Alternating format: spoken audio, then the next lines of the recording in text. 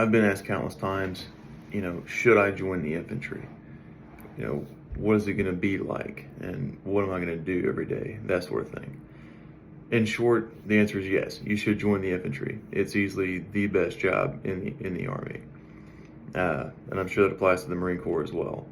If you're not in the infantry, you're supporting the infantry. And those guys do have their uses, absolutely, but their quality of life is a lot different.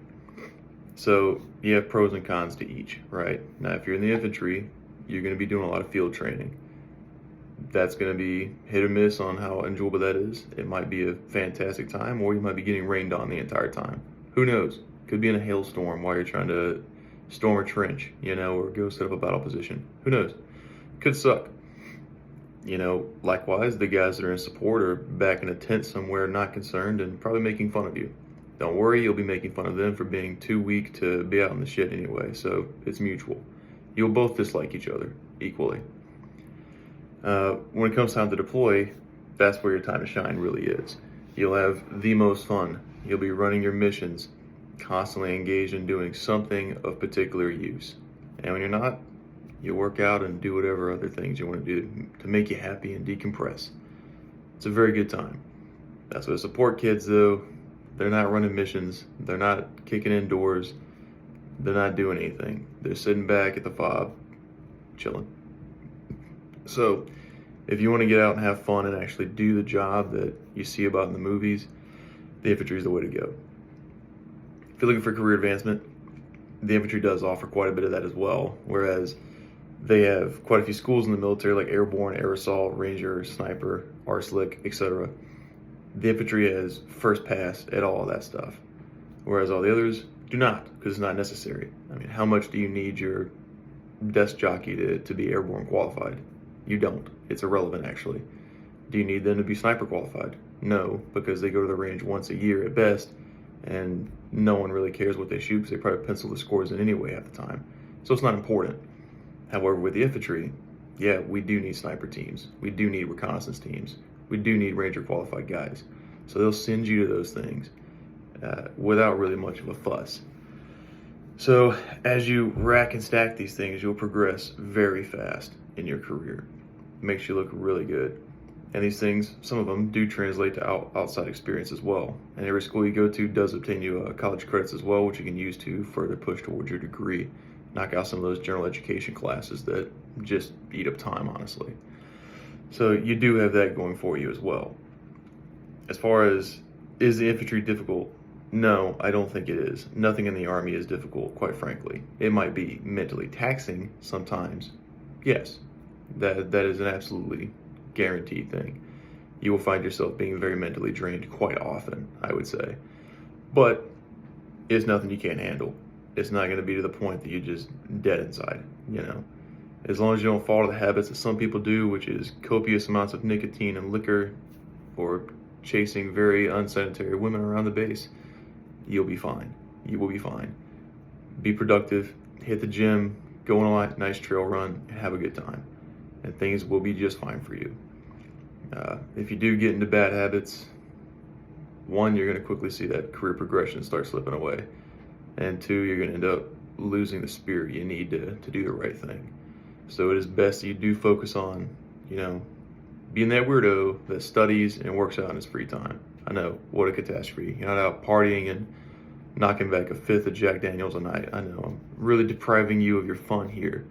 But trust me, it is for your betterment. It'll make you have a much better time in the military. You'll advance a lot faster. And overall, your quality of life will be exponentially better. So choose that route, all right? That is the way to go. As far as how fit do you need to be to join the infantry, right now, you basically don't need to be. Standards are a little lower these days, whatever.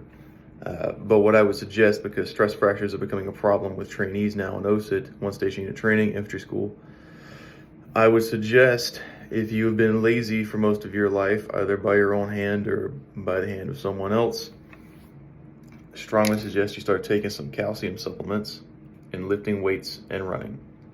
The justification for that is it's going to increase your bone density, thus making you more resilient to stress fractures, okay?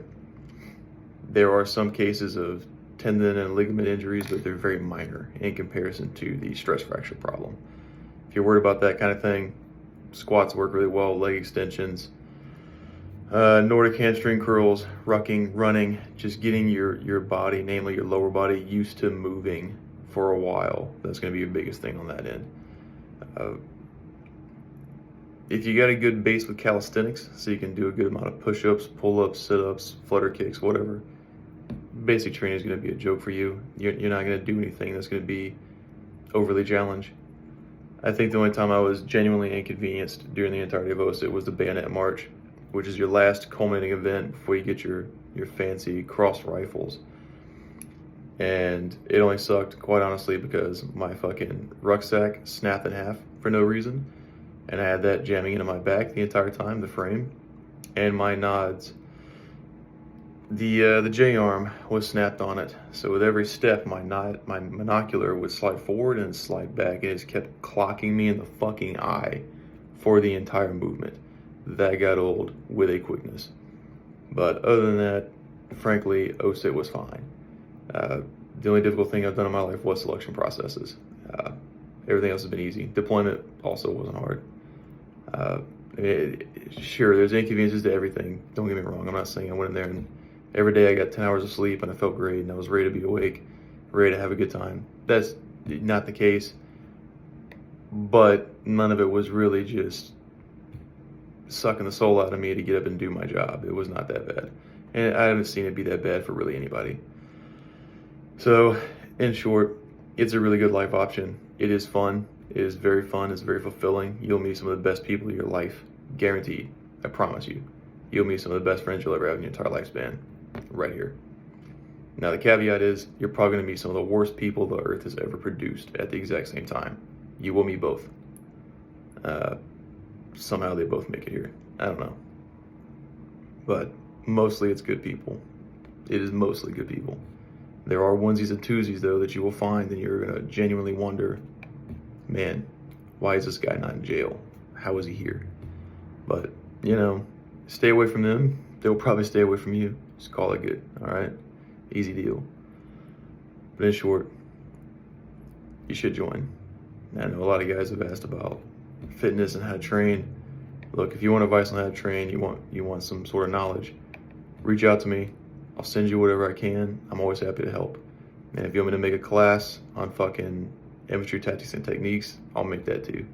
I have no problem helping you guys out as much as you need it, so you do well when you get to OSIT, and you do well when you get to your first unit.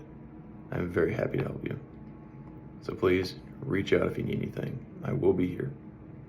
I hope you guys have a good one, and I hope this video was informative and somewhat useful to you. I'm sorry I seem a little bland and look like shit, actually. It's 1:30 in the morning. So, honestly, I should be in bed. And I wanted to be in bed a couple of hours ago, but you know how it is. Sometimes you just get kind of awake and switched on, and it's just not how it works. So that's where I'm at right now. So, I'm sorry. But nonetheless, it's been good chatting with you, and I hope you had a good use out of this. Thanks for listening.